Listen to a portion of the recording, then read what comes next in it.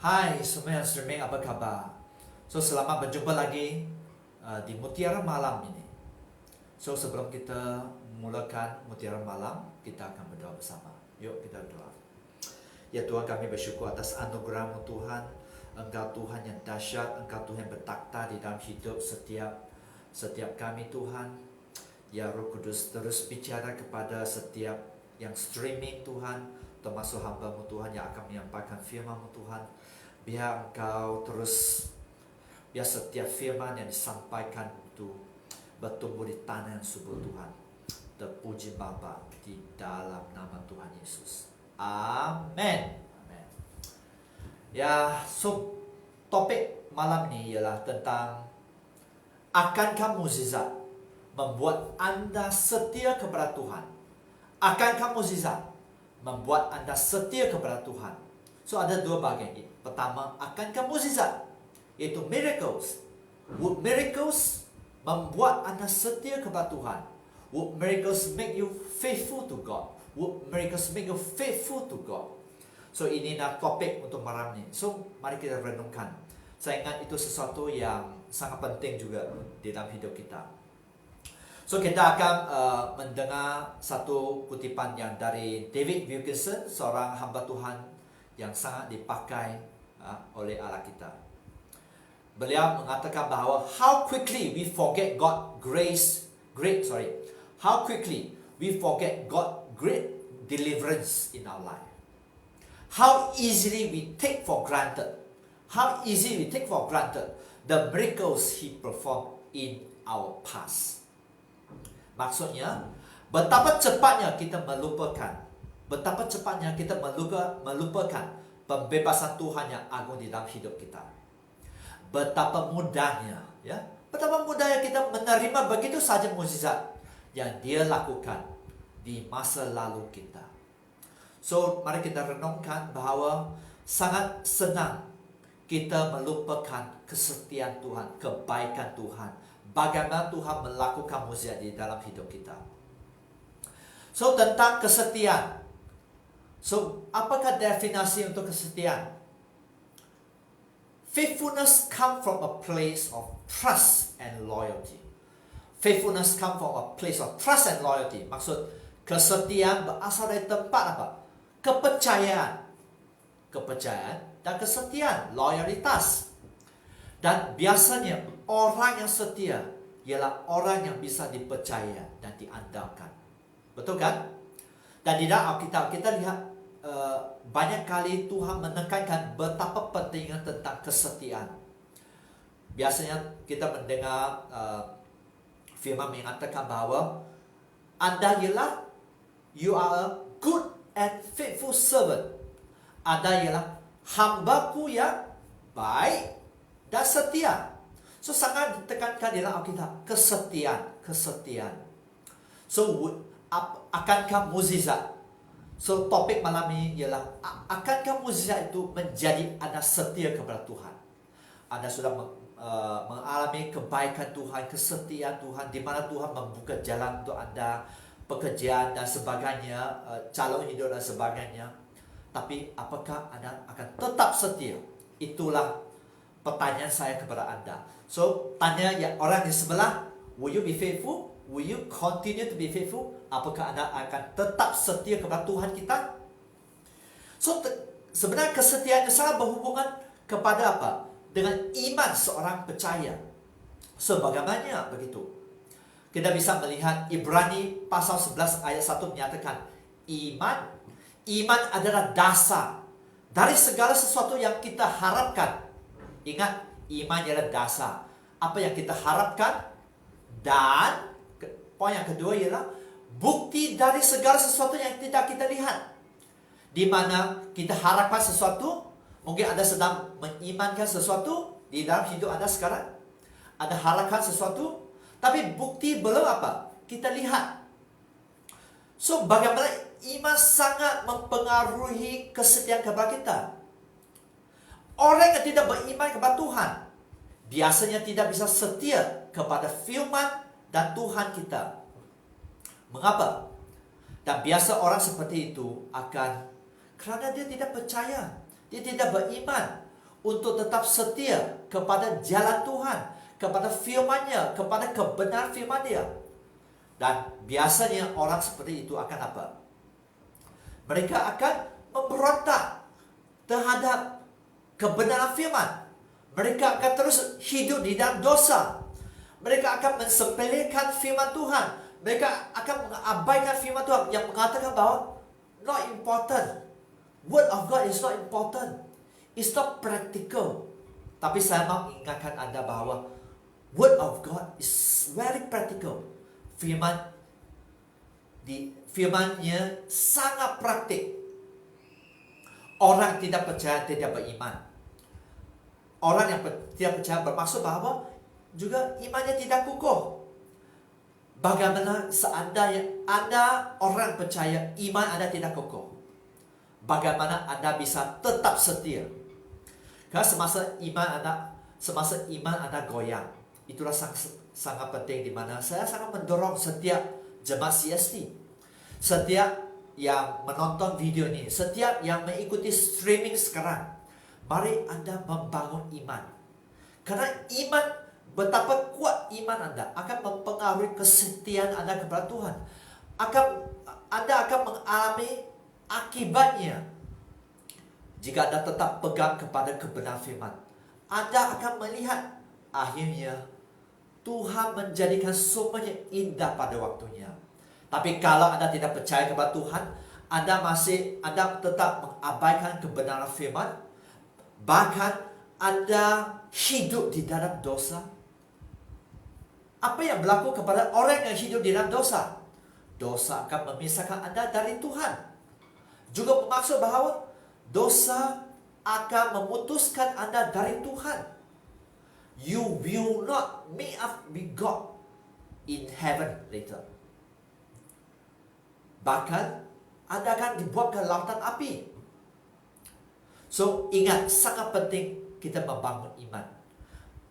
Kalau kita menjadi orang yang sangat beriman kepada Tuhan, saya berkata bahwa Tuhan akan menjadikan semua indah pada waktunya.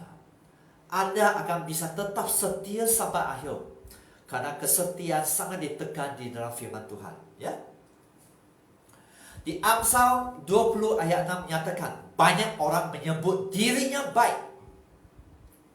Kan ada banyak orang, saya orang yang baik. Orang mengaku dirinya, saya adalah kawan kamu, saya adalah teman kamu yang baik, saya adalah teman kamu yang karib, bahkan saya ada sahabatmu yang setia.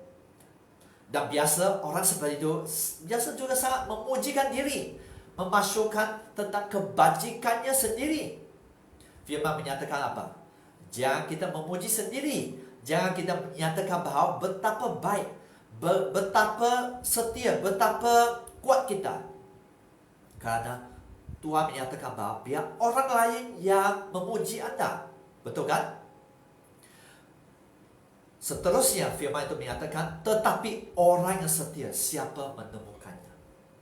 So di sini Alkitab sangat menekankan, satu kali saya mau menyatakan, kesetiaan sangat penting di mata Tuhan. Karena betul-betul sangat suka, betul-betul sangat susah mencari orang yang setia. Bukan setakat di dalam pelayanan dan gereja, tapi di dalam rumah tangga. Orang seandainya suami istri tidak setia, bagaimana? Berselingkuh.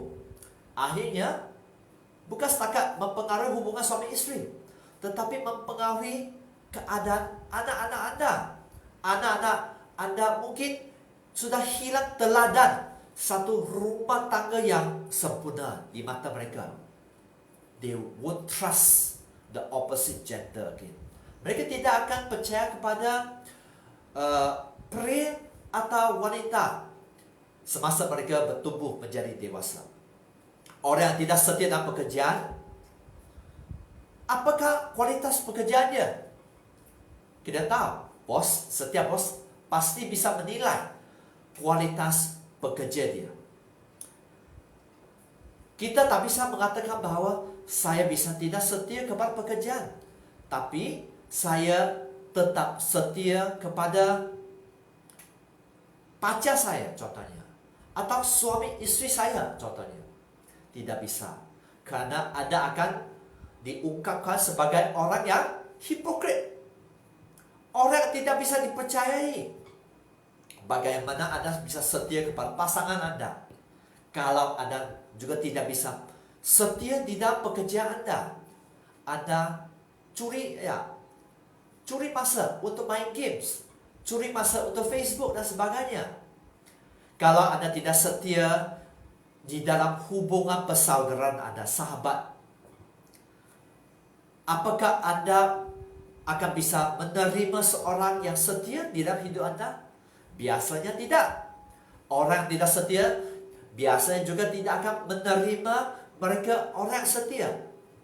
Karena biasanya orang setia akan mencari orang yang setia. Orang yang memberontak atau mengkhianat akan mencari orang yang mengkhianat. Termasuk orang yang bersungguh-sungguh dan sebagainya. Itu kebiasaan. Pergaulan. Orang yang suka bersungguh-sungguh akan mencari orang yang bersungguh-sungguh. Satu geng. Orang yang tidak setia akan mencari orang yang tidak setia. Wah, saya sudah berselingkuh. Wah, saya cari perempuan lain. Saya cari pria yang lain, yang lebih handsome. Perempuan lain yang lebih cantik, yang sangat puas. Itulah kebiasaan pergaulan. So, sangat penting kalau Anda tidak setia. Biasanya, Anda juga tidak akan bisa mencari pasangan hidup yang setia di dalam hidup Anda. So, kesetiaan sangat berharga, sangat bernilai. Seperti permata atau seperti mutiara pilihan di mata Tuhan. You are very precious. You are very, very of high value. Orang dunia akan menyatakan bahwa not important kesetiaan, not important faithful. What for you faithful to your boss? What for you faithful to your husband or your wife? Tapi yang penting, ingat, hidup Anda sebagai orang percaya, hidup Anda berdasarkan firman Tuhan. Ingat, kalau kita mengatakan bahwa Anda orang percaya, Anda murid Kristus, Anda wajib menjadi yang setia. Ya. So, yang orang tidak setia, biarkan saja. Karena biasa orang tidak setia, hidup mereka biasanya akan hancur. Ya. Mereka tidak akan menerima yang maksimum dari Tuhan. Seandainya mereka tetap tidak setia. So, di perjanjian lama kita akan melihat bagaimana akankah mukjizat membuat seseorang setia kepada Tuhan. Would miracles make a person faithful to God? Kita melihat orang Yahudi yang menjadi hamba yang menjadi abdi di Mesir itu. Kita tahu bahwa mereka mengalami sangat banyak mukjizat. Pertama, mereka mengalami mukjizat di mana melihat campur tangan Tuhan di dalam 10 tulah yang berlaku di Mesir. Mereka have a first hand experience with God. Apakah Anda pernah melihat tulah berlaku? Apakah Anda pernah melihat mukjizat dilakukan oleh Allah Anda? Biasanya Anda belum. Pasti Anda belum, sorry. Tapi orang Yahudi pernah melihat first hand experience, pengalaman mereka. Mereka melihat bagaimana Tuhan campur tangan, memberkati mereka, menjaga mereka. Kedua, orang Yahudi semasa mereka dilepaskan oleh Firaun Mesir, mereka melewati laut Teberau, di mana laut Teberau tiba-tiba menjadi kering.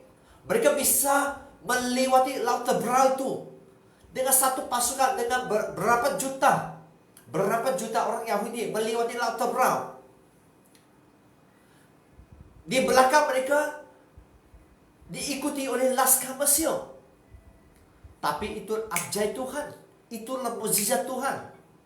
Kita kenal bahwa selepas orang Yahudi dilepaskan dari lautan Teberau, lautan itu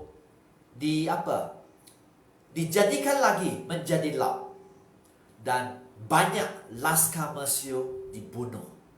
Mereka yang mau membunuh orang Yahudi dibunuh oleh Tuhan. Lihat betapa besar kedahsyatan Tuhan, kedaulatan Tuhan, kemuliaan Tuhan dinyatakan di dalam hidup orang-orang Yahudi. Tapi mukjizat itu apakah menjadikan mereka setia kepada Tuhan? Tidak. Semasa mereka melewati pembuangan di dalam itu gurun, padang gurun, mereka melewati first hand experience, yaitu apa? Tiang api di waktu malam. Tuhan menyinari mereka. Dan tiang awan di waktu siang, di mana kepanasan gurun ditudung oleh Tuhan, dijagai. Mereka begitu baik dijaga oleh Tuhan, tapi mereka masih bisa bersungut-sungut. Lagi keempat, mereka minta makanan, mereka minta daging. Dan Tuhan, apa yang dilakukan oleh Tuhan? Tuhan memberi mereka burung untuk dimakan. Mereka kehausan, mereka bersungut-sungut menyatakan, mengapa kami harus mati di atas padang gurun? Tapi di masa itu, air tiba-tiba terpancar dari batu. Begitu dahsyat, begitu Tuhan melakukan begitu banyak mukjizat, kan? Tapi orang Yahudi masih bisa bersungut-sungut, masih bisa memberontak. Ini menyatakan bahwa mukjizat tidak akan menjadi kita setia. Kerana apa? Kita belum tetap berakar di dalam Dia. Mukjizat tidak bisa menjadi kita setia kecuali kita mempunyai hubungan dengan Tuhan. Kerana orang Yahudi memberontak kepada Tuhan walaupun mereka mengalami first hand experience from God. Sampai satu generasi harus dihabisi oleh Tuhan. So, mengapa bisa begitu? Kerana apa?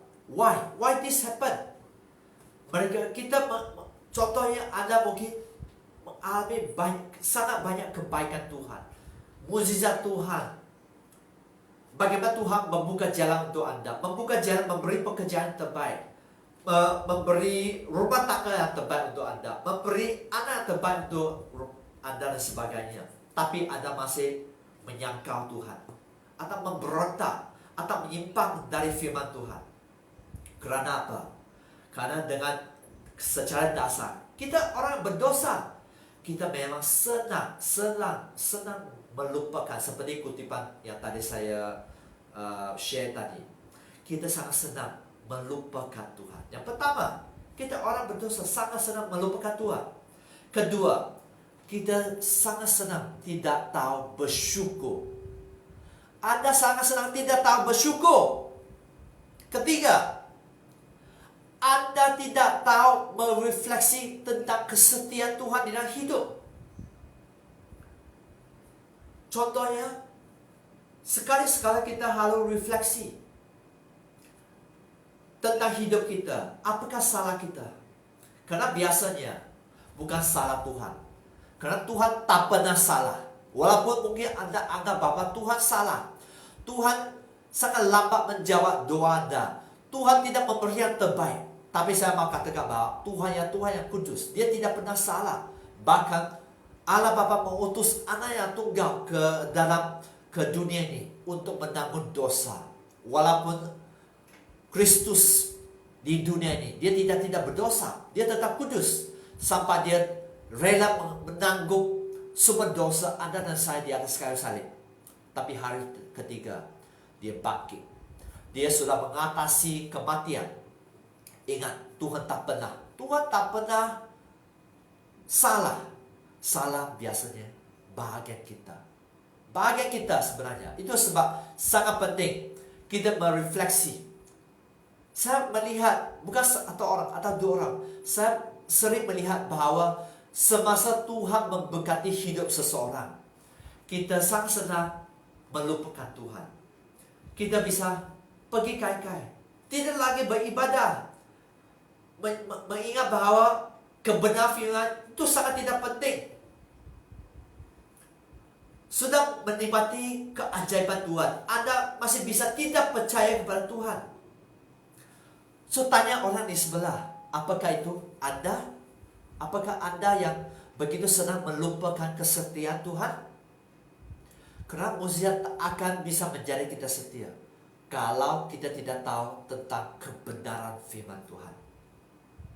Ya, kalau Anda tidak tahu tentang kebenaran firman Tuhan, dan mungkin orang, mengapa kita bisa begitu memberontak sangat senang? Kerana kita suka bersungut-sungut juga. Ya, kita suka bersungut-sungut. Ya.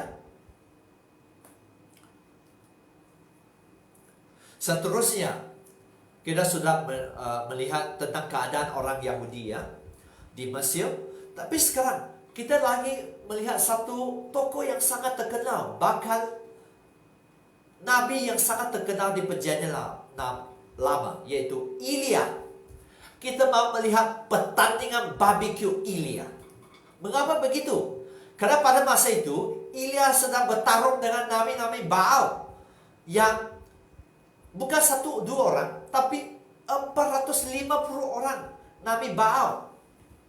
Bahkan dan juga nabi-nabi Assyria yang 400 itu petarung barbecue, di mana mereka bertarung untuk memanggil nama Tuhan, untuk membakar korban mereka masing-masing. So, bagaimana dengan keadaan barbecue itu? Kita tahu bahwa nabi Baal dan nabi-nabi Assyria itu, mereka memanggil Allah mereka, tapi Allah mereka tidak menjawab doa, tidak menghantarkan api untuk membakar korban bakaran mereka. Masa selepas itu tibalah giliran Elia. Elia memperbaiki. Pertama, sebelum dia memanggil Tuhan Allah dia memperbaiki mezbah Tuhan yang sudah diruntuhkan. Karena pada masa itu orang Yahudi sangat jahil Tuhan. Mereka tidak lagi sungguh-sungguh menyembah satu-satu Allah, yaitu Allah yang mencipta syurga dan bumi. Mereka sudah menyimpang dari Tuhan. Itu sebab Elia membaiki mezbah Tuhan. Lepas itu dia menyusukan kayu bakaran, kayu api itu. Dia memotong lembu itu dan menaruh potongan itu di atas kayu api itu. Dan lepas itu dia menyatakan bahwa di 1 Raja pasal 18, 1 Raja 18 ayat 34 menyatakan, penuhilah 4 buyung dengan air dan tuang ke atas korban bakaran dan ke atas kayu api itu. Kemudian katanya, buat begitu untuk kali kedua. Dan selepas itu dia mengatakan kepada orang yang lain itu bahwa buat yang kali ketiga. Maksud supaya dia tuang air ke atas korban bakaran, ke atas kayu api. Bahkan sehingga ayat 35 menyatakan bahwa sehingga air mengalir sekeliling mezbah itu. Bahkan parit itu penuh dengan air. So di sini bisa Anda bayangkan, jika Anda membakar sesuatu, jika ada yang biasa dari Sabah Sarawak atau dari Indonesia, saya percaya sudah biasa dengan barbecue, ya. Sudah sangat biasa dengan barbecue.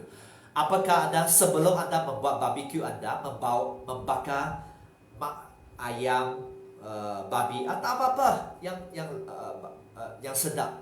Apakah Anda akan menuangkan air ke atas korban, ke atas bakaran Anda, ke atas kayu itu dan sebagainya? Biasanya tidak. Itu bisa kita lihat begitu tahap kepercayaan Elia kepada Allah dia.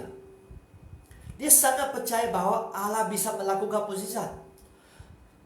Walaupun dia sudah tuang air ke atas korban bakaran, walaupun dia sudah tuang air ke atas kayu api itu dan sebagainya.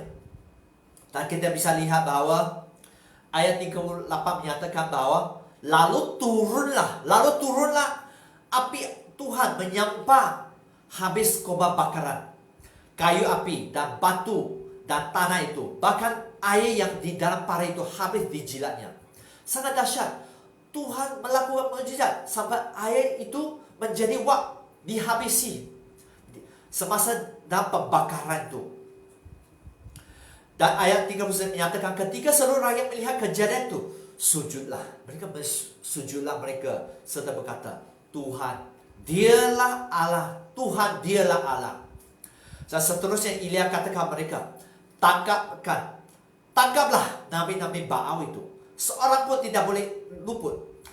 Selepas ditangkap, Elia membawa mereka ke sungai Kison dan membunuh, menyembelihkan mereka di sana. Membunuh semua nabi-nabi yang bertarung dengan dia, yaitu pertarungan barbecue, pertarungan korban bakaran. Elia menang. Itulah dia. Semua orang Yahudi menyembah satu-satu Allah mereka. Dan kerana kemenangan yang besar itu, Elia membunuh nabi-nabi palsu itu. Ya. So, tapi apa yang Anda lihat selepas kemenangan yang begitu besar, Elia bisa tiba-tiba menjadi sangat takut apabila diburu gara-gara kerana unggutan dari Ratu Isabel. Itu kita bisa lihat di 1 Raja, pasal Raja-Raja, pasal 19 ayat 2 menyatakan Ratu Isabel menyuruh orang suruhannya untuk sampaikan kepada Elia bahawa besok kira-kiranya pada waktu sekian Isabel akan mengambil nyawa Elia. Biasa orang akan menangan, siapa bisa tahu bahawa tiba-tiba Elia bisa menjadi begitu takut. Elia bisa begitu takut kerana ayat 3 menyatakan takutlah Elia lalu bangkit dan pergi menyelamatkan nyawanya sendiri. Dia lari sampai ke Beersheba dan termasuk wilayah Yehuda dan sebagainya. Dia lari. Orang yang menang, orang melihat mukjizat Tuhan, orang yang melihat, ya, apakah Anda pernah melihat api yang dari langit membakar korban bakaran? Saya percaya biasa ada belum. Tapi Nabi yang dahsyat Elia bisa tiba-tiba menjadi takut. So di sini apa yang kita bisa pelajari bahawa mukjizat tidak akan menjadikan kita, membuat kita tetap setia.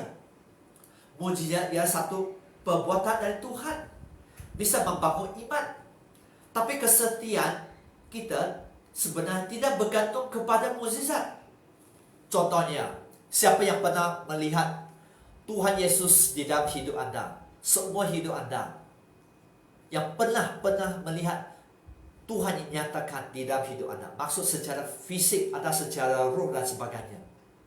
Kebanyakan kita orang percaya belum kan? Mungkin kita mengalami yang dahsyat, mungkin, tapi bagaimana kita jika dibandingkan dengan Elia, Nabi yang sangat dipakai oleh Tuhan, dia bisa begitu takut. Siapa lagi kita? Ya. So, bagaimana kita bisa dibandingkan dengan Elia, Nabi Tuhan? So, mari kita renungkan. Jangan fokus kepada mukjizat. Jangan fokus kepada mukjizat. Semasa mukjizat berlaku, ialah kerana kesetiaan Anda berdoa mencari Tuhan. Mukjizat berlaku hanya akibat dari kesetiaan kita kepada Tuhan.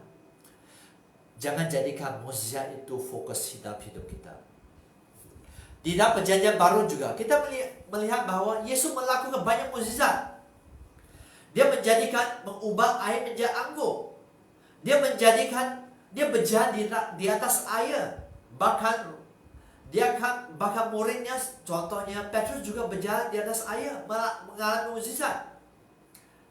Yesus menyembuhkan orang buta seperti di Matius pasal 9.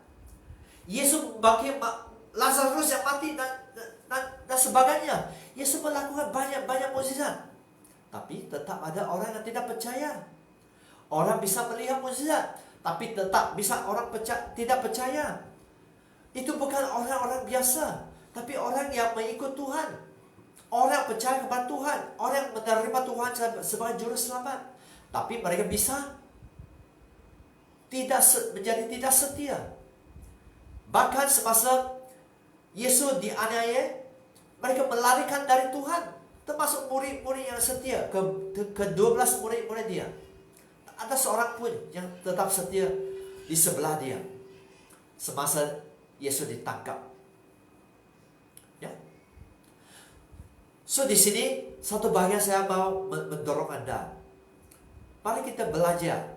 Di sini Yesus tetap satu bahagian di mana jika Anda mengenal tentang firman ya, Anda belajar tentang firman, Anda bisa lihat bahwa Yesus ditolak di Nazaret, yaitu tempat asal di mana dia dibesarkan.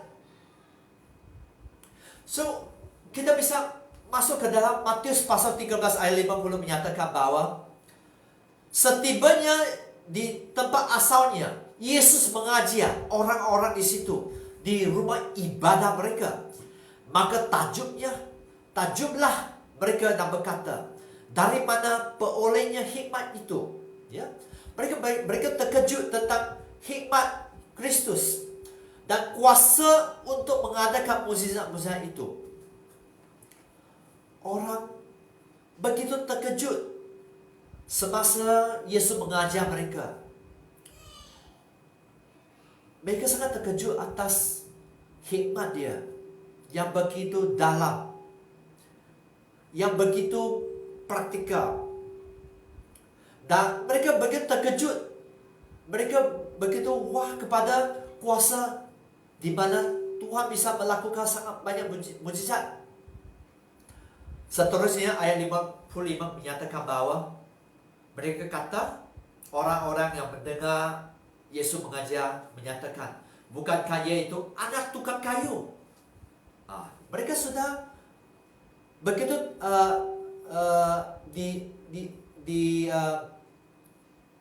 dia so terkejut atas hikmat dia. Tapi satu bagian Yesus tetap anak tukang kayu.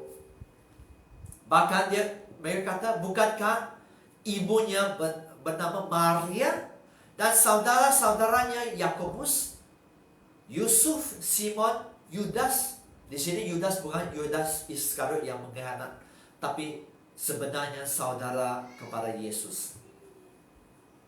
Mereka kenal siapa Yesus, karena Yesus dibesarkan di Nazaret, tempat asalnya. Mereka tahu siapa ibunya, mereka tahu siapa saudaranya.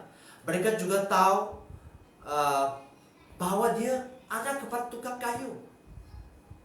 Bagaimana orang seperti itu bisa mempunyai hikmat yang begitu dahsyat? Bagaimana orang seperti Yesus bisa melakukan begitu banyak mukjizat beyond their understanding? Mereka sangat kagum. Seterusnya di ayat 56 menyatakan, dan bukankah saudara-saudaranya perempuan semuanya ada bersama dengan kita? Yes, semua saudara perempuan ada bersama dengan mereka itu. Mereka kata.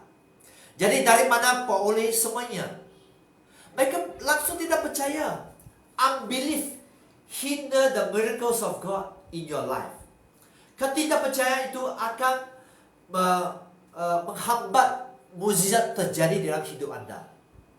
Kerana latar belakang Yesus. Yesus orang yang biasa, anak kepada tukang kayu. Keluarga dia juga biasa. Mungkin mereka tanya, siapa dia? Yesus. Yesus bukan sangat penting, bukan orang penting. Yesus bukan orang terhormat, bukan orang terkenal, bukan orang kaya, dan lain-lain. Mereka pilih untuk tidak percaya kepada dia. Dari sini saya mau mendorong bahwa mungkin Anda dari latar belakang yang sangat sederhana, sangat biasa. Tapi saya mau menyatakan bahwa Tuhan juga bisa memakai Anda. Bukan posisi Anda di dalam pekerjaan, di dalam pendidikan Anda, pelajaran Anda, di dalam sosial Anda dan sebagainya sebenarnya. Tuhan tetap bisa pakai Anda. Yesus orang biasa, anak orang tukang kayu.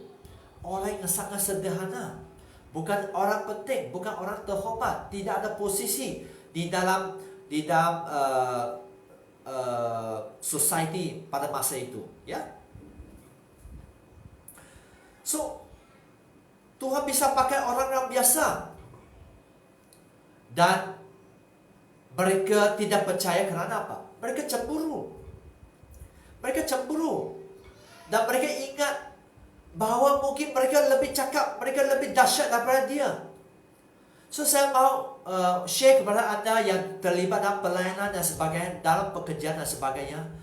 Termasuk ada yang home minister di dalam rumah tangga. Jangan kita senang cemburu. Orang biasa bisa Tuhan pakai.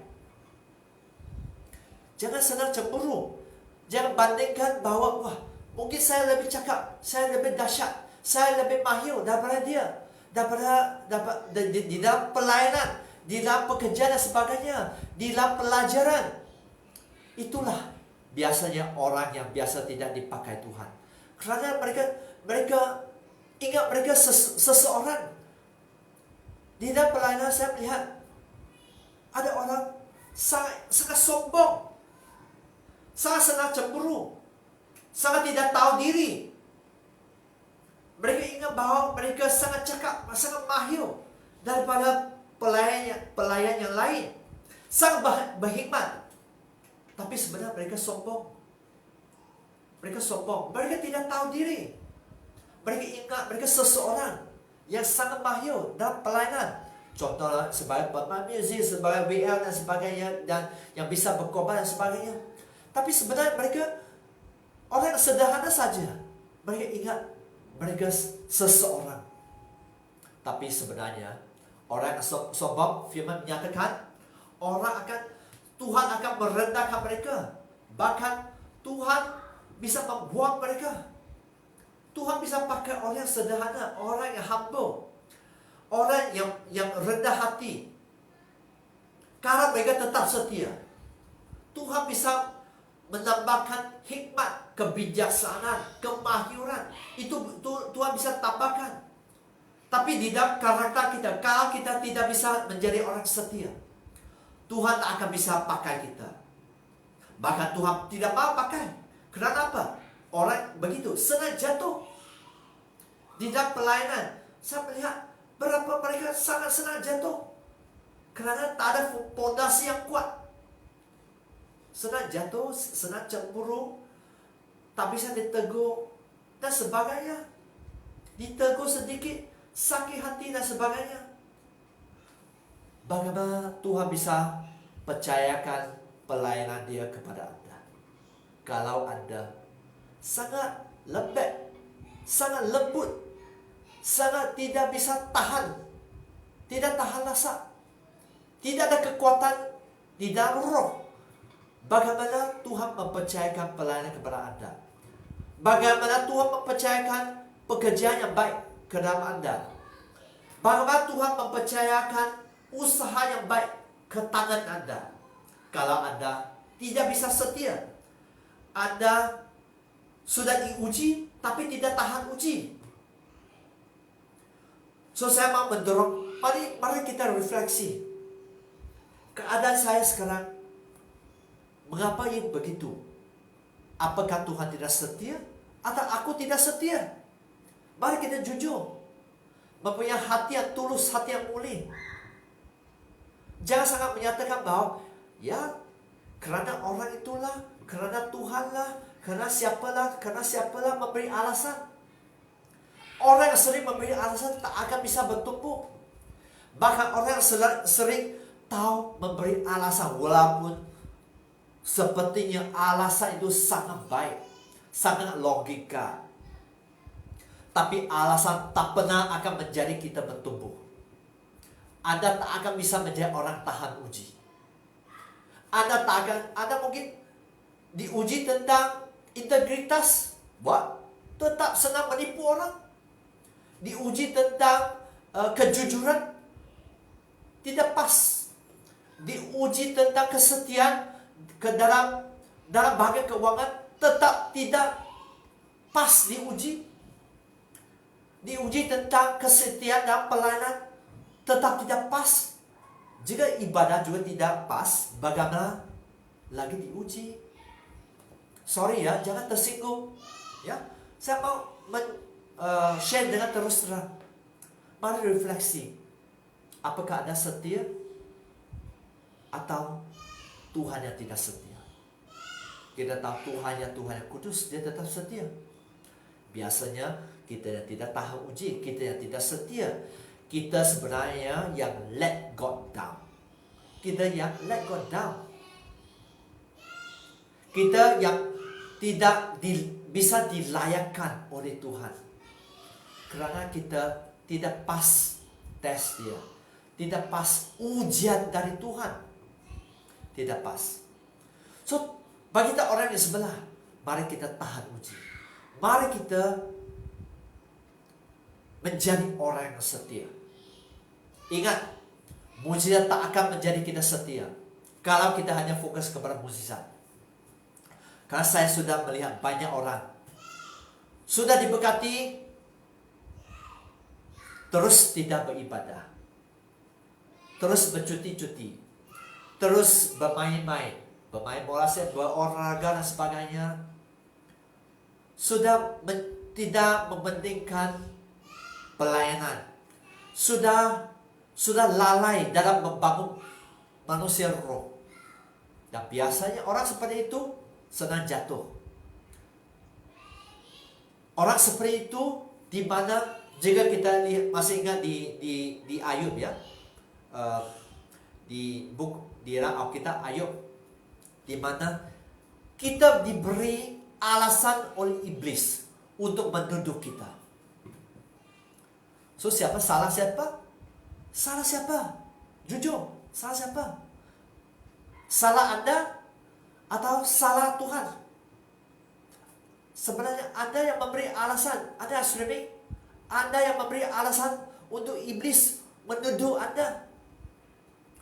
Jika Anda tidak setia, orang yang tidak bisa setia dalam perkara kecil, Tuhan tak akan bisa pakai dengan dahsyat. Bahkan jika dalam pelayanan yang kecil, Anda juga sudah tidak setia. Bagaimana Tuhan bisa mempercayakan pelayanan besar kepada hidup Anda? Anda bisa bersungguh-sungguh, Anda bisa protes, tapi dia tetap berdaulat. Tuhan kita tetap berdaulat. Protes Anda tak ada gunanya. Protes Anda tidak bisa mengubah hati Tuhan. Mengapa? Karena Tuhan harus mengikuti firman-Nya. Tuhan harus mengikuti kebenarannya. So mari kita merenungkan semua itu. Jangan kita sombong, jangan kita egois, jangan kita senang cemburu, jangan kita tidak tahu diri, ya. Jangan kita ingat bahwa kita cakap, kita mahir, bahwa ada sangat berhikmat. Banyak orang yang tidak tahu diri sebenarnya. Mereka sangat sombong. Mereka ingat mereka layak terima ini, mereka layak terima berkat ini. Mereka layak begitu. Mereka sudah mengikuti kursus itu. Mereka layak dipromosi.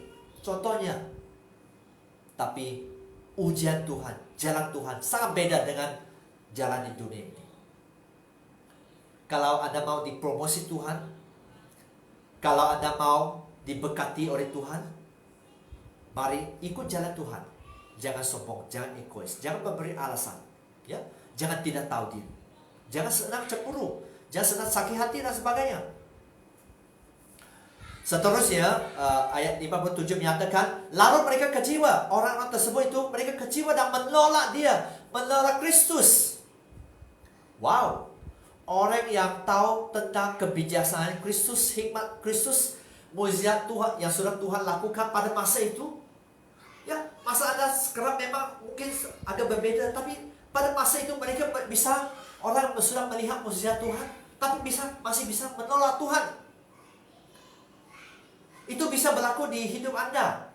Smile. Itu bisa melakukan di hidup Anda. Karena Yesus tidak memiliki apa? Resume yang menyakitkan. Mengapa saya kata resume? Karena Yesus tidak mengikuti syarat-syarat yang mereka pikirkan. Yesus bukan orang kaya. Yesus bukan orang yang mempunyai kedudukan. Yesus bukan sesuatu yang terhormat, orang penting di dalam masyarakat pada masa itu dan sebagainya. Mereka ingat siapa Yesus. Walaupun mungkin dia bijak, dia bisa melakukan mukjizat, mereka terus tolak. So saya mau mendorong Anda, mari Anda refleksi tentang bahagian itu. Anda bisa menolak Tuhan. Apapun alasan.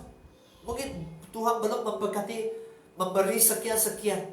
Anda menolak Tuhan. Anda menjalai Tuhan. Maka Yesus berkata kepada mereka, seorang nabi dihormati di mana-mana, kecuali di tempat asalnya sendiri dan di rumahnya. So memang kenyataan. Mereka yang dari kampung halaman Yesus menolak dia. Kerana itu, seterusnya, kerana ketidakpercayaan mereka, tidak banyak mujizat diadakan oleh Yesus di tempat itu. So mari kita renungkan. Kalau Anda tidak percaya, Anda tidak bisa setia, Anda biasanya juga tidak akan bisa melakukan mujizat dasar. Mungkin mujizat kecil-kecil, oke. Mujizat kecil-kecil, dia hidup oke. Tapi jika Anda mau melihat mujizat besar, tetap setia. Itu kewajiban Anda. Kesetiaan, karena di firman sangat menekankan tentang kesetiaan setia. Setia dalam beribadah. Pertama beribadah aja yang sekarang mungkin COVID-19 tidak ada kesempatan untuk beribadah. Setia dalam streaming. Oh, at least setia dalam menonton video untuk membangun iman Anda. Nanti sudah ada kesempatan, mari rajin beribadah. Jangan bagi alasan.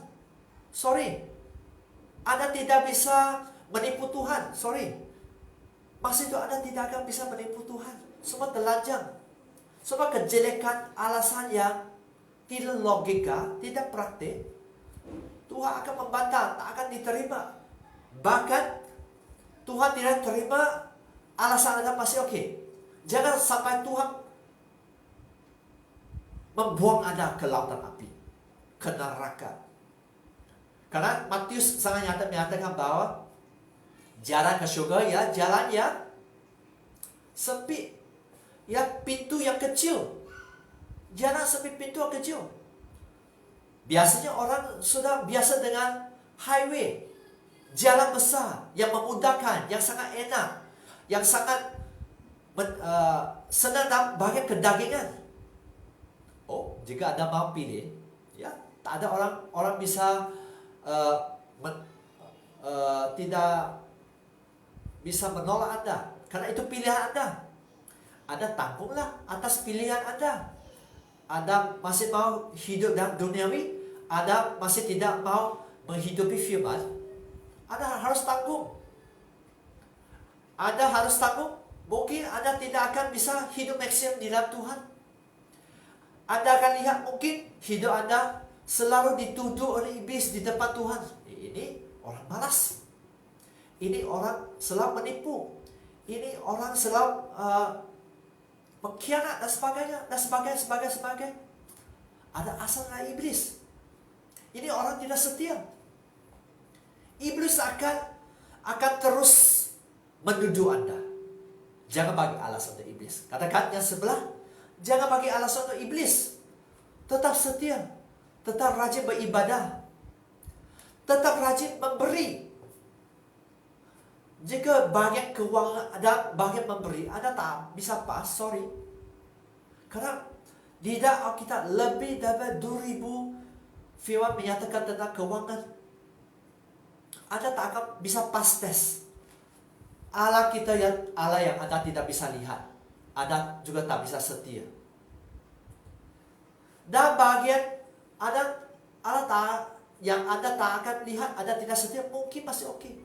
Tapi dalam bagian yang kecil dalam menghidupi firman, Anda tak bisa memberi persembahan kepada gereja lokal Anda di mana berada. So, saya mau share kepada Anda yang streaming itu. Setiap kita ada gereja lokal, mari memberi persepuluhan kepada gereja lokal Anda. Yang ekstra Anda mau memberkati Anda mau memberkati pelayanan Anda dan apa? Silakan. Tapi di mana Anda terima makanan rohani, mari Anda tetap setia. Anda tetap setia. Karena orang yang tidak bisa setia dalam memberi persembahan kepada gereja lokal, biasanya Tuhan tak akan bisa memberkati hidup mereka. As simple as that. Kepada apa yang Anda bisa lihat, Anda tidak bisa melakukan kewajiban Anda. Contohnya, Anda bisa sangat tidak setia kepada pekerjaan Anda. Anda bisa sangat dengan mencuri masa untuk Facebook dan sebagainya, Instagram dan sebagainya. Anda bisa sangat tidak setia kepada pasangan hidup Anda. Berselingkuh dan sebagainya. Mungkin belum dalam bagian hubungan seks, tapi bermain-main dengan cewek, ada cowok Anda yang beautiful, yang handsome. Atau Anda yang di dalam berpacaran tak bisa setia, tak bisa membangun komitmen yang bisa menunjukkan bahwa Anda bisa setia.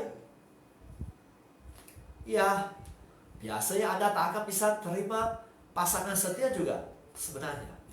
Karena biasa Tuhan memberi yang sepadan, orang yang sungguh-sungguh Tuhan. Tuhan bagi yang sungguh-sungguh dengan Tuhan. Orang yang cintai, orang yang senang tidak sungguh-sungguh, ya, yang duniawi, ya, biasa Tuhan juga bagi orang yang duniawi, ya. Karena jika memberi orang yang sungguh-sungguh dengan orang yang duniawi, dua menjadi satu akan merosakkan yang setia, yang hidup kudus. So, mereka yang ada yang streaming, apakah Anda mau mendapat yang terbaik, pacar terbaik, atau tunang terbaik dari Tuhan, atau pasangan hidup terbaik dari Tuhan? Tanya sendiri. Kalau Anda tak bisa setia dalam perkara yang kecil, kalau Anda tidak bisa menghidupi firman, kalau Anda masih memberontak, saya kata, sorry, mungkin tak ada harapan di dalam hidup Anda. Saya tegas. Karena apa yang Anda tabur, Anda tuai. Apa yang Anda perbuat, Tuhan melihat. Iblis melihat. Ingat, kalau 1-2 kelemahan kita dituduh di depan Tuhan, mungkin masih oke, atau mungkin 5-10 masih oke. Kalau sangat sering iblis di dalam 100 perkara, ada 99 dituduh, bisa iblis tuduh di hadapan Tuhan. Lihat, dahsyat kan? Sebagai hakim yang adil, ingat, Tuhan yang mengasihi. Tuhan sangat mengasihi, mencintai, tidak mau membuang Anda ke neraka, lautan api. Tapi sebagai hakim yang adil, karena Dia yang firman, Tuhan yang firman, Dia harus, jika Anda seorang peguam, Anda tahu tentang undang-undang, tentang konstitusi di negara Anda. Sama ada di Indonesia, di Malaysia, ada undang-undang konstitusi. Harus diikuti, wajib. Mana orang tidak ikut? Mungkin Anda kata, wah, pastor, saya bisa merasua, ya. Itu sebab saya bisa bebas dari penalti di dalam bagian undang-undang.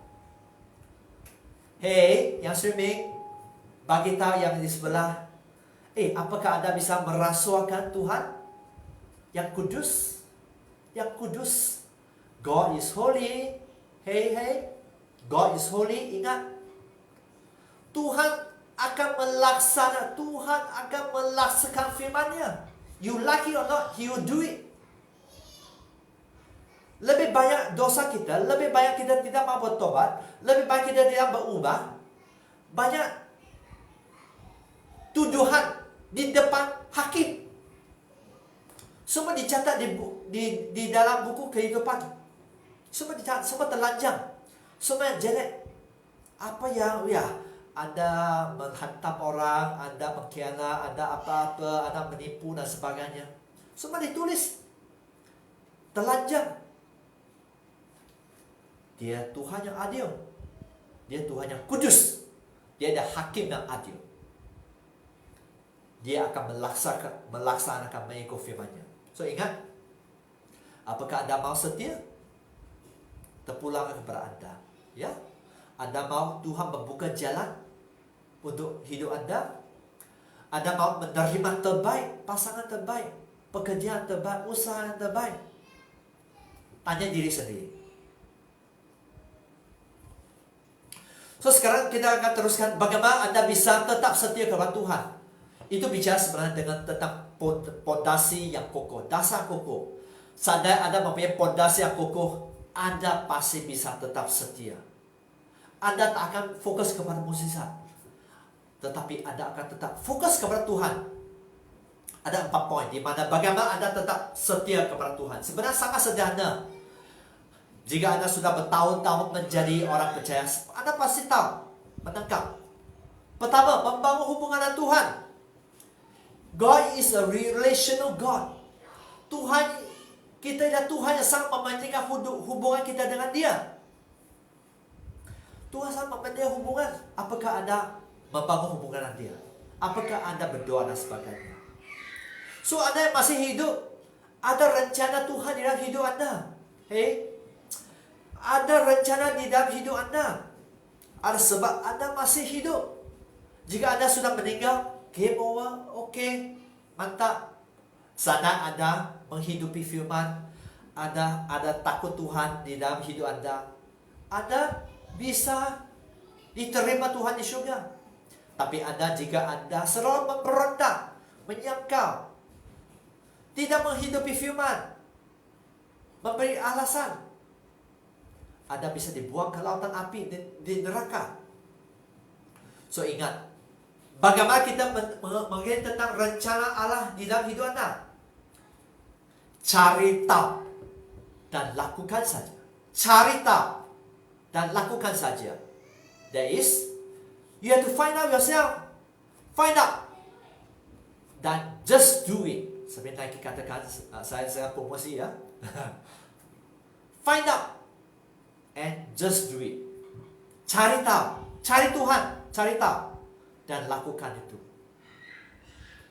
So, bagaimana Anda bisa melakukan begitu? Hanya dengan hubungan intim dengan Tuhan. Anda tak akan tahu, mengerti tentang rencana tanpa berhubungan dengan Tuhan. Yang kedua, pertama, membangun hubungan dengan Tuhan supaya Anda bisa tetap setia. Anda tidak akan fokus kepada mukjizat. Kedua, bangun komitmen dengan Tuhan. Berkomitmen kepada Tuhan. Ini ada dasar sebenarnya. Komitmen juga bermaksud bahwa kita tidak kompromi. Sebenarnya komitmen bicara tentang sama Anda komit atau tidak. Tidak ada pilihan ketiga. Ada kalau orang kata saya komit, tapi saya masih bisa hidup dalam dosa. Saya komit, saya bekerja, tapi saya tidak mau melayani. Saya bekerja, tapi saya tidak mau memberi persembahan dan sebagainya. Saya mau bekerja, tapi saya masih mau menipu orang. Saya bekerja, tapi saya tak mau sungguh-sungguh dengan Tuhan.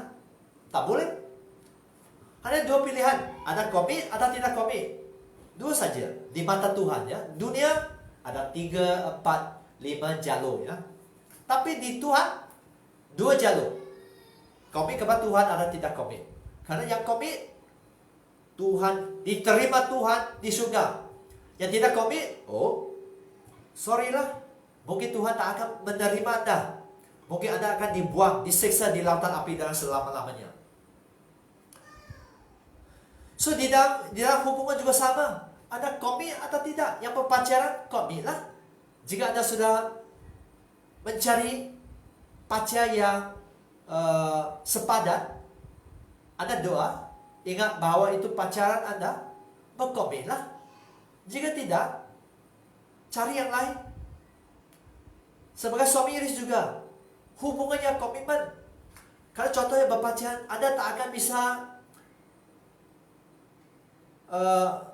kelamaan tanpa komitmen. Anda bisa delay, Anda bisa tangguh dan sebagainya. Tapi biasa ada masanya. Berapa lama pacar Anda harus menunggu Anda, contohnya. Orang yang tidak tahu membuat komitmen, mungkin Anda harus merenungkan, mungkin harus putuskan juga. Untuk orang yang tidak tahu membuat komitmen. Ya. So, contohnya suami istri juga dengan sederhana. Kalau suami istri tidak membangun komitmen, hancurlah rumah tangga ini. Hancur. Mungkin bukan selingkuh dan sebagainya, tapi tak ada komitmen, banyak masalah. Banyak masalah keuangan, banyak masalah anak-anak, banyak masalah sesama dan sebagainya. Tak ada damai sejahtera di dalam rumah tangga. Tapi kalau ada komitmen, rumah tangga itu bisa dibangun di atas pondasi dasar yang kokoh. So ingat bahwa mari Anda bangun komitmen dengan Tuhan. Komitmen is a must. Kalau Anda mau tetap setia. Kalaulah. Ketiga, kita tadi sudah belajar bahwa pertama kita membangun hubungan dengan Tuhan supaya kita bisa tetap setia. Kedua, kita membangun komitmen. Ketiga ialah kita harus apa? Kita harus menghidupi firman dan menjalankan disiplin rohani. Apakah Anda berdoa selalu? Hari ini kita harus banyak berdoa. Dengan COVID-19 dan sebagainya, dengan goncangan bukan setakat ekonomi tapi politik dan sebagainya begitu tidak stabil. Karena keadaan politik akan mempengaruhi ekonomi. Karena ekonomi akan mempengaruhi syarikat Anda. Karena keadaan syarikat Anda akan mempengaruhi sama Anda tetap mendapat pekerjaan atau tidak, atau usaha Anda tetap teguh atau tidak, usaha Anda tetap berdiri atau tidak. Banyak berdoa dan berhati-hati semasa membuat pilihan hidup. Berhati-hati semasa membuat pilihan hidup. Itulah sebab sangat penting Anda harus rindu untuk berdoa. Rindu untuk berdoa. Karena kalau tidak, Anda salah pilih, Anda akan mengalami kesusahan yang tidak perlu. Itu masih oke. Anda bisa nanti jika Anda salah pilih, salah begal, Anda bisa dibuang ke lautan api, di neraka. Kedua, disiplin rohani juga bicara tentang banyak membaca firman, banyak mengaji firman, pelajari, mengerti firman. Bukan setakat streaming saja, Anda ikuti saja. Itu menolong. Tapi sangat penting, di mana Anda sendiri membaca firman, meneliti firman, mengaji firman. Jangan hanya mendengar khotbah saja dari YouTube, dari pastor Anda saja dan sebagainya. Anda harus membaca sendiri. So yang pernah bersekolah sama sekolah rendah, menengah atau college dan universitas, sebenarnya sangat sederhana kita tahu. Semasa Anda mendengar pengajaran dari lecturer Anda, berapa persen Anda tangkap sebenarnya? Tak banyak, mungkin 20-30% saja. Itu mengikut statistik. Tapi semasa Anda meneliti, belajar sendiri, Anda akan menangkap lebih banyak, mungkin 60-70%. Dan itu juga hanya 60-70%. So, untuk Anda tidak mempunyai kebiasaan tabiat untuk membaca firman, mengaji firman, sorry, Anda ada berapa persen firman Tuhan di dalam hidup Anda? Saya sangat question kehidupan Anda. Apakah Anda orang yang kuat di dalam Tuhan atau tidak? Ada senang goyang pendirian Anda. Karena orang yang tidak ada firman sangat senang goyang. Mengapa? Karena tidak ada pendirian. As simple as that. Kebenaran firman memberi kita pendirian yang benar. Ada pendirian yang very good. Tapi harus ada pendirian yang benar. Harus tahu di mana Anda pergi nanti. Anda terima ajaran tidak baik, tidak sehat, Anda akan menyimpang dan Anda mungkin tak akan stop in heaven. Jika Anda tidak sungguh-sungguh dengan Tuhan, Anda mungkin tidak stop in heaven karena firman sangat nyata. Dia menyatakan di Matius, Anda baca sendiri, jika tidak salah, Matius pasal 7. Belajar sendiri. Banyak orang yang mengikuti jalan yang lebar, pintu yang besar. Mereka pergi ke dalam kehancuran, ke neraka, ke lautan api. Banyak orang, bukan sedikit, banyak orang, bukan sedikit. Pilihan Anda masih cincai, biar, ya, itu pilihan Anda. Jangan Anda sampai di mana Anda melihat bahawa mengapa saya tiba-tiba saya setia ibadah.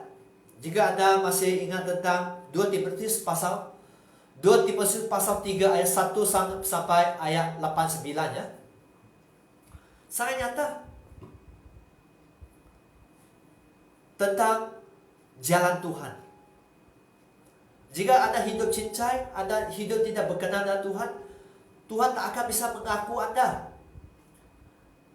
Ada step, ada syarat untuk masuk syurga. Ada syarat untuk masuk syurga, bukan cincai. Dan disiplin rohani juga bermaksud berpuasa. Berpuasa itu sangat penting. Bukan jika Anda meneliti firman, bukan bila Anda berpuasa, tapi firman menyatakan banyak tentang bila Anda berpuasa dan bukan jika Anda puasa. Itu bukan pilihan, itu sebab jika Anda berpuasa itu pilihan. Tapi bila Anda berpuasa itu di mana kita harus menghidupinya. Bahkan di masa pada waktu itu berpuasa itu sebenarnya sangat biasa untuk orang Yahudi.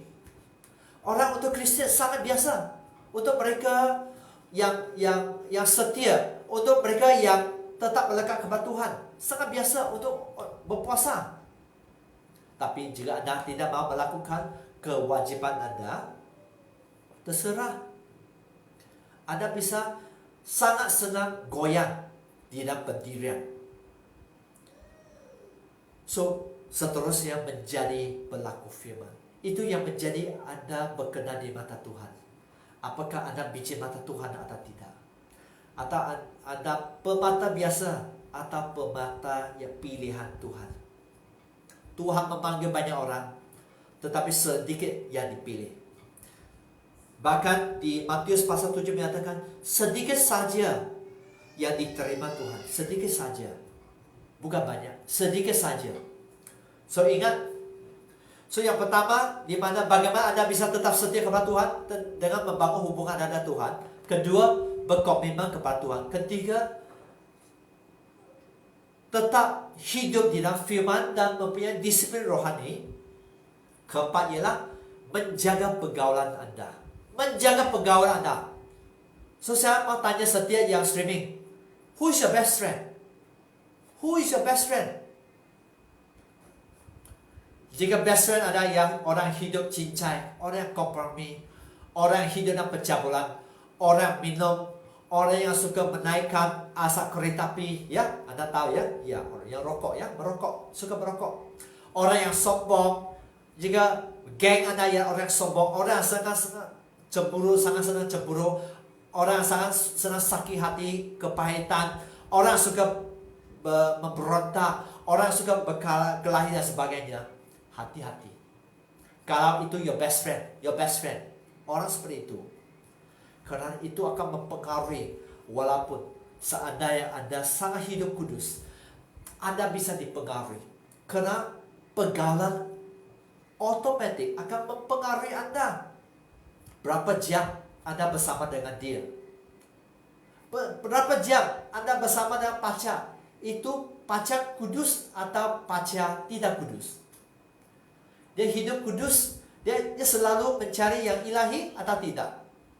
Salah satu guidelines untuk kita. Anda mau mencari ilahi? Anda cinta Tuhan, sangat-sangat cinta Tuhan, cari yang ilahi, cari pacar yang kudus, yang mencari Tuhan. Anda mau pacar yang cincai, selalu bagi diskaun, ya cari yang suka bagi diskaun lah. Apakah Anda mau hidup kompromi atau Anda hidup serius kepada Tuhan? Pilihan Anda. Tuhan tak akan memaksa. Sebenarnya saya pernah share bahwa Roh Kudus ialah roh yang lembut. Roh Kudus yang gentleman. Dia tidak akan memaksa Anda membuat pilihan. Anda lihat Alkitab, Anda buat pilihan. Who's your best friend? Pilihlah. Who's your best friend? Anda suka bergaul dengan mereka yang sakit hatilah. Senang, sangat senang. Anda suka bergaul dengan mereka yang senang give up. Biarlah, biasanya orang ada juga menjadi senang give up. Jauh dari mereka yang tidak membangun. Supaya Anda aman. Supaya Anda selamat sampai ke pintu syurga. Supaya Anda arrive. I have arrived. I have arrived in heaven. Okay? I have arrived. Anda bisa kata, puji Tuhan. Saya menjaga iman saya. Saya memilih pergaulan kudus yang membangun. So, untuk menjaga kesetiaan, Anda harus membangun hubungan Anda dengan Tuhan. Anda harus mempunyai komitmen dengan Tuhan. Anda harus menjadikan firman sangat penting. Dan disiplin rohani sangat penting. Anda harus menjaga pergaulan Anda. Itu yang akan menjadi Anda setia. Mukjizat akan menjadi Anda setia. Tapi firman, tapi komitmen Anda, tapi hubungan Anda dengan Tuhan, tapi pergaulan Anda akan menjamin Anda supaya Anda tetap setia. So di dalam firman yang terakhir di Yesaya pasal 26 ayat 3 menyatakan, yang hatinya teguh kau jagai dengan damai sejahtera. Orang yang hati teguh bermaksud apa? Orang yang hatinya tertuju kepada Tuhan. Orang yang hatinya fokus kepada Tuhan. Dan kau jagai dengan damai sejahtera. Di mana hidup Anda dipelihara oleh Tuhan. Ada damai. Ada keamanan. So hidup dalam dunia ini ada dua pilihan saja. Sama ada hidup Anda dijaga oleh Tuhan, atau Anda sendiri, atau Anda untuk orang lain Anda hidup. Ya, sedua bagian saja. Hidup Anda dipelihara Tuhan, atau Anda hidup sendiri, atau untuk orang lain. Dua pilihan. Kan di sini dia kata, yang hatinya teguh kau jagai dengan damai sejahtera. Ya, sebab kepadamu lah ia percaya. Bagaimana Anda bisa tetap percaya kepada Tuhan? Yaitu membangun komitmen untuk setia kepada Dia. Anda hanya bisa terus percaya kepada Dia kalau Anda bisa membangun kesetiaan. Dan perkara kecil, tadi saya sudah bicara, dan bagian pelayanan, dan bagian pekerjaan, dan bagian bekerja, dan bagian memberi dan sebagainya. Dan bagian membangun hubungan sesama, persaudaraan dengan suami istri dan sebagainya. Kalau Anda tidak tahu menjaga kesetiaan, susah Tuhan memberkati hidup Anda. Karena mengikut komitmen Anda, kesungguhan Anda, Tuhan selalu memberkati. Tapi bahagian kita lah yang harus kita jaga. Kita harus belajar untuk menghidupi firman.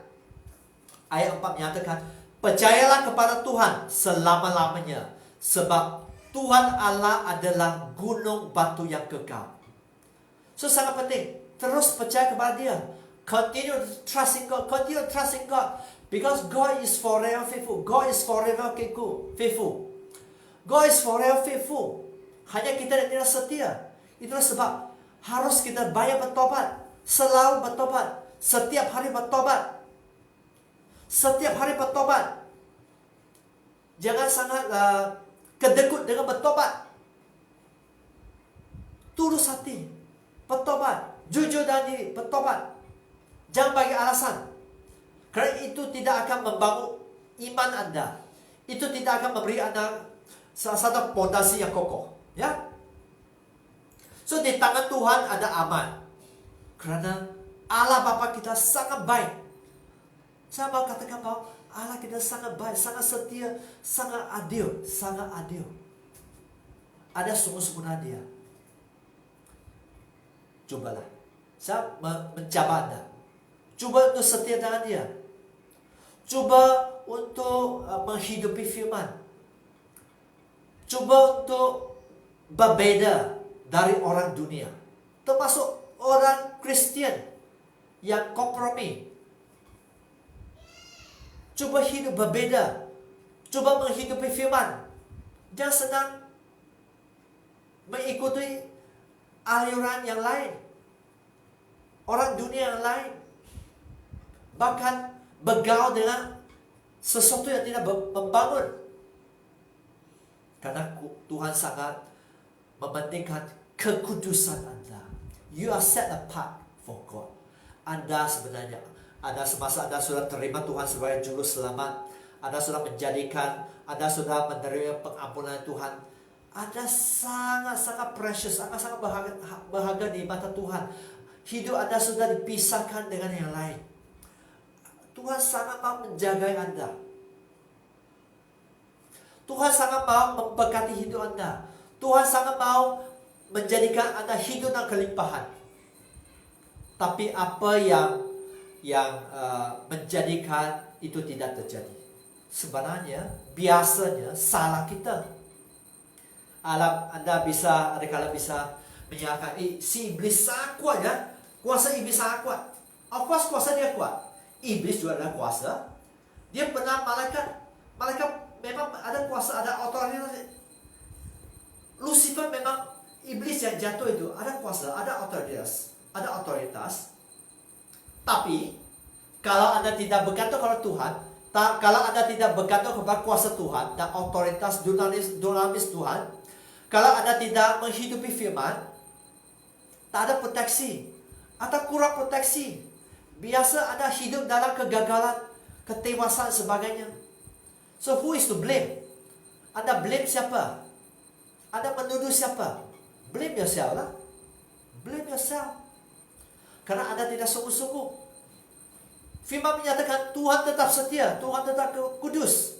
Semasa Anda masih tidak setia, semasa Anda tidak layak, Tuhan sudah melayakkan. Tuhan sudah membenarkan Anda. Semasa Anda menerima Dia sebagai juru selamat. Karena darah Yesus, Tuhan sudah membayar dengan darahnya. Anda sudah dibenarkan dengan kuasa darah Yesus. So ingat bahwa mukjizat tidak akan menjadi Anda setia. Miracles will never make you faithful. Hanya apa? Hanya apa yang bisa menjadikan Anda setia? Dengan membangun iman Anda, dengan membangun hubungan Anda, dengan mempunyai komitmen, dengan mempunyai firman dan disiplin rohani di dalam hidup Anda, dengan menjaga pergaulan. So itu saja untuk malam ini. Renungkan. Bagi orang di sebelah, renungkan. Renungkan semua ini. Anda tak akan bisa setia. Anda tak akan bisa melawan iblis dengan kekuatan sendiri. Tapi dengan kuasa Tuhan dan otoritas Tuhan. Karena Matius pasal 28 ayat 18 menyatakan semua otoritas sudah Tuhan bagi untuk setiap kita sebagai orang percaya. Anda bisa melawan dengan kuasa Tuhan. Dengan kuasa sendiri, Anda biasanya akan tewas. Jika tidak tewas, Anda mungkin hidup dengan kegagalan demi kegagalan dan sebagainya. So itu saja. Mari kita berdoa. Mari kita berdoa bersama. Semua streaming. Ya Tuhan, hamba sudah sampaikan firman. Biar Anda terus bicara kepada setiap streaming, setiap yang akan menonton video Anda Tuhan. Jamah hati mereka, biar mereka punya hati yang lembut, hati seperti tanah yang subur yang mau ditanam oleh Engkau, menjadi orang kuat untuk kemuliaan Tuhan. Ya Tuhan, kami sangat bersyukur atas kebaikan-Mu Tuhan. Hidup kami tetap fokus kepada Tuhan.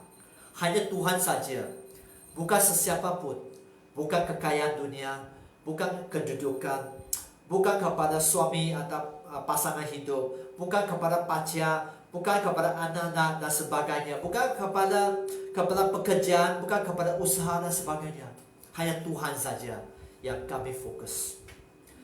Let us make Jesus the center of our Let's make Jesus center of our life. Ya Tuhan, kami sangat bersyukur atas firman Anda. Setiap kami mau memberi semua kemuliaan, kehormatan, dan ketinggian hanya kepada Engkau, Tuhan Yesus, Raja segala Raja, Tuhan segala Tuhan, yang seperti dinyatakan di dalam Alkitab, Bible, our Bible. Terima kasih atas kebaikan Tuhan, kesetiaan Tuhan.